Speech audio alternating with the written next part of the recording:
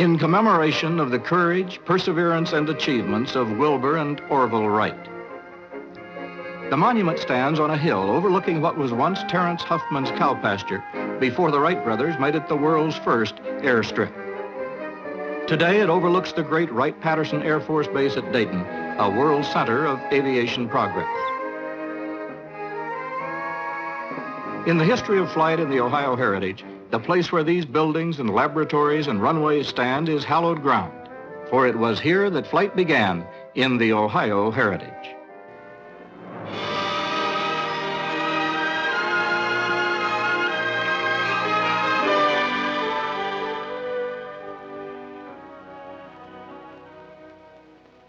There had been some success with lighter-than-air machines. In 1835, Ohio's Richard Clayton set a world's record traveling 350 miles in a free balloon. In 1904, Roy Nabenshoe of Toledo made history by building a version of the lighter-than-air ship that could be guided, that is, more or less. The idea of flight is as old as man. In Greek mythology, Icarus tried it and failed. So did Leonardo da Vinci, and so did a series of inventors.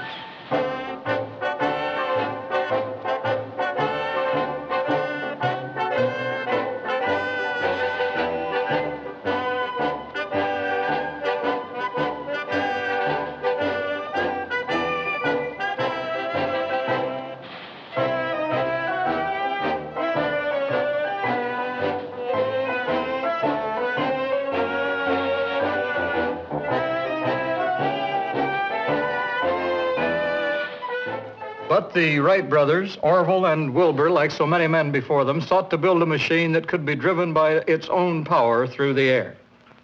For 8 years, Wilbur and Orville Wright spent all the money they earned from their bicycle repair business and all the time they could afford away from it, trying to determine the basic principles of flight. To learn aerodynamics, they built a series of gliders. They discovered that by warping the wings, they could control flight. The principle of wing warping has been called the most important single contribution ever made to the science of flight. By the time their first machine was ready, they had spent 8 years and $1,000 developing it. The Wrights designed every component of their airplane themselves, including the engine. On the clear, brisk morning of December 17, 1903, with Orville at the controls, the plane took off and remained airborne for 12 seconds, during which time it traveled 120 feet. That was the beginning. And while the world was slow to accept the idea that man could finally fly, development of the airplane and the struggle to control the air and space beyond have so influenced our lives that the story of flight is a kind of history of the 20th century. Aware of this, the United States Congress created the Aviation Hall of Fame to keep the flight record, so to speak. And in 1923, the United States Air Force established at Wright-Patterson Air Force Base in Dayton the Air Force Museum.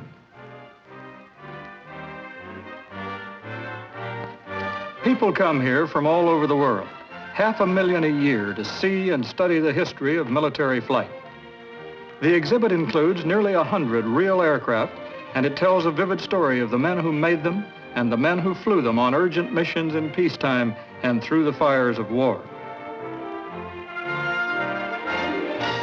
The story starts with the first military airplane in the world. By 1908, the Wright brothers had convinced the Army that their flying machine might have military significance. The first official military test of an airplane was held in 1909.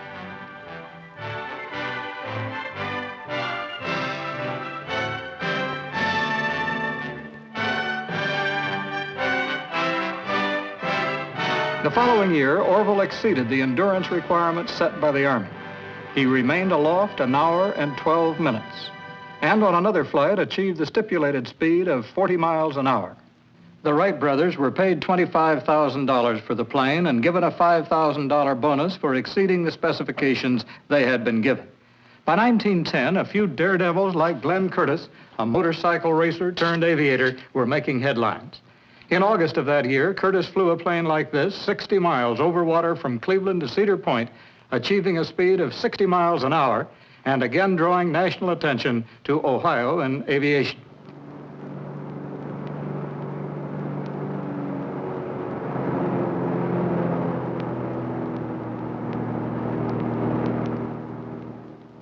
Curtiss became a designer and builder of aircraft, and by the time of the First World War, his company was building one of the most famous airplanes of all time, the JN-4D, known to everyone as the Jenny. It was the training plane for the pilots of World War I. It was developed by combining the best features of two different Curtiss planes, the J and the N models. Considering the stresses these planes were subjected to, their wire-braced wooden construction was a kind of miracle of engineering and ingenuity. In flight, too, the Jenny was a miraculous performer.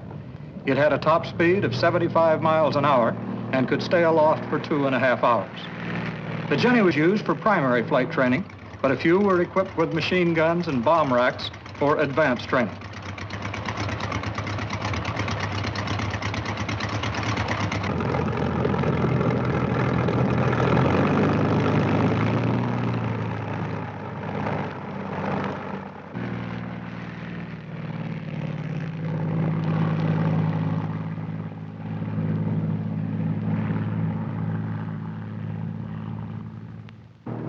After the war, death-defying aerial acrobats and stunt flyers used Jennies to put on flight exhibitions at Ohio fairs and public events.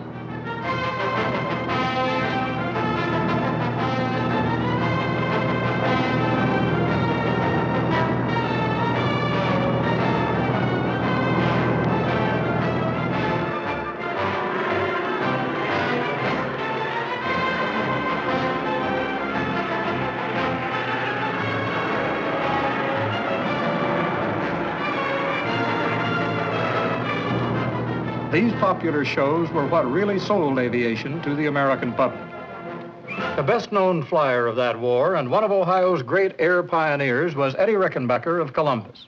This drawing of him by the famous Ohio artist and cartoonist Milton Caniff is in the Aviation Hall of Fame. Rickenbacker flew a plane like this, the SPAD 7. It made its initial flight in 1916 and became the fighter of World War I. Its top speed was 127 miles an hour, and it could stay aloft 2.5 hours.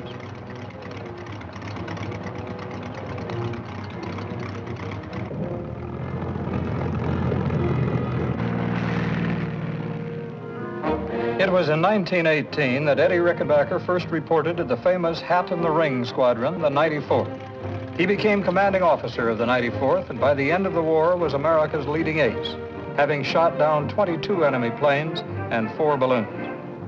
Eddie Rickenbacker went on from there to a career that made him one of the great men of American aviation.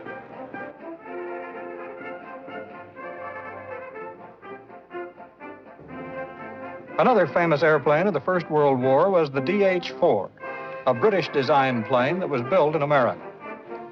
The Wright Airplane Company of Dayton was the largest manufacturer of these planes.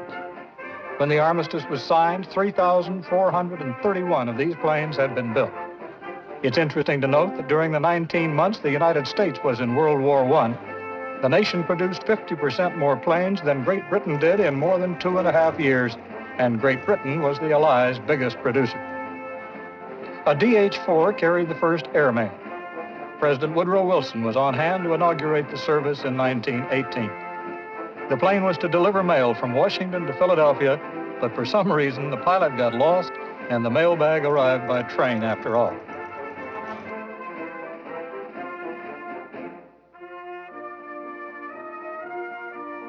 Between the wars, Americans discovered aviation. Flying became an accepted mode of travel, daring at first and then quite commonplace.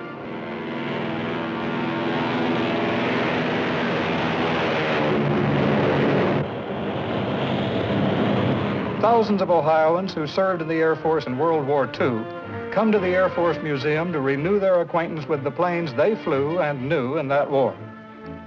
One of the best known of these is the North American T-6G. It was the Jenny of World War II. Practically every American fighter pilot won his wings in this training.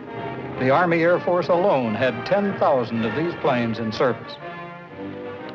In the museum's living album of airplanes that made history, one of the great ones is the Curtiss P-40. While it was often outclassed in speed and maneuverability, the P-40 was always in the thick of the action, in Europe, North Africa, the Middle East, the South Pacific. By 1944, the P-40s were replaced by faster planes, but the brilliant record of the men who flew them, thousands of Ohioans among them, in our heritage of flight.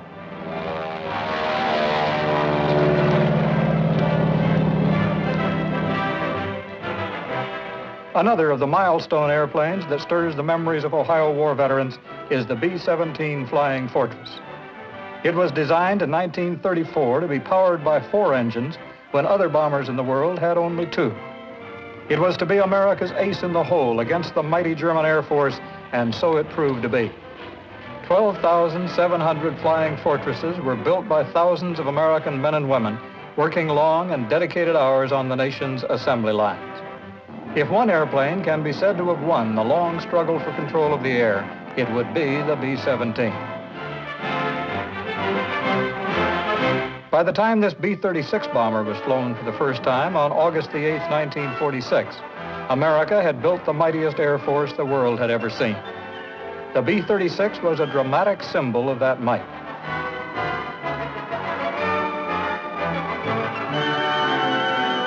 It had a range of 10,000 miles, was powered by the equivalent of 43,000 horsepower.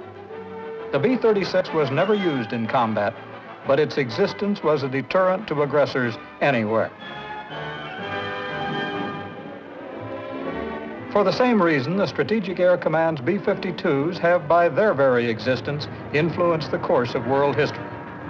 To these mighty planes, no place on earth is beyond range, a fact well known and respected in every capital of the world. Today, planes like the Delta Dart, capable of flying 1,525 miles an hour and as high as 50,000 feet, are operated electronically. The Delta Dart is designed to fly in any kind of weather at all. Soon after the pilot takes off, the electronic guidance system takes over. With the pilot as passenger, the plane climbs to the proper altitude, flies to the attack position, fires its rocket-powered missiles at enemy aircraft, breaks off the attack run, and returns the plane to the general area of the airbase automatically. Then the pilot takes over control and lands the plane. So you see, flight and Ohio have come a long way together. And there is much to see, much to remember in Dayton, where the Air Force keeps its memories. To make sure they will be remembered, the Air Force Museum Foundation, a nonprofit Ohio corporation, has been organized to build and equip a new museum to house with the permanence and dignity they deserve these priceless exhibits. They are in themselves a kind of history of the 20th century. Here at the Air Force Museum are living monuments to the builders and flyers who have brought flight from these humble beginnings to the awesome force and versatile service it is today in the Ohio heritage.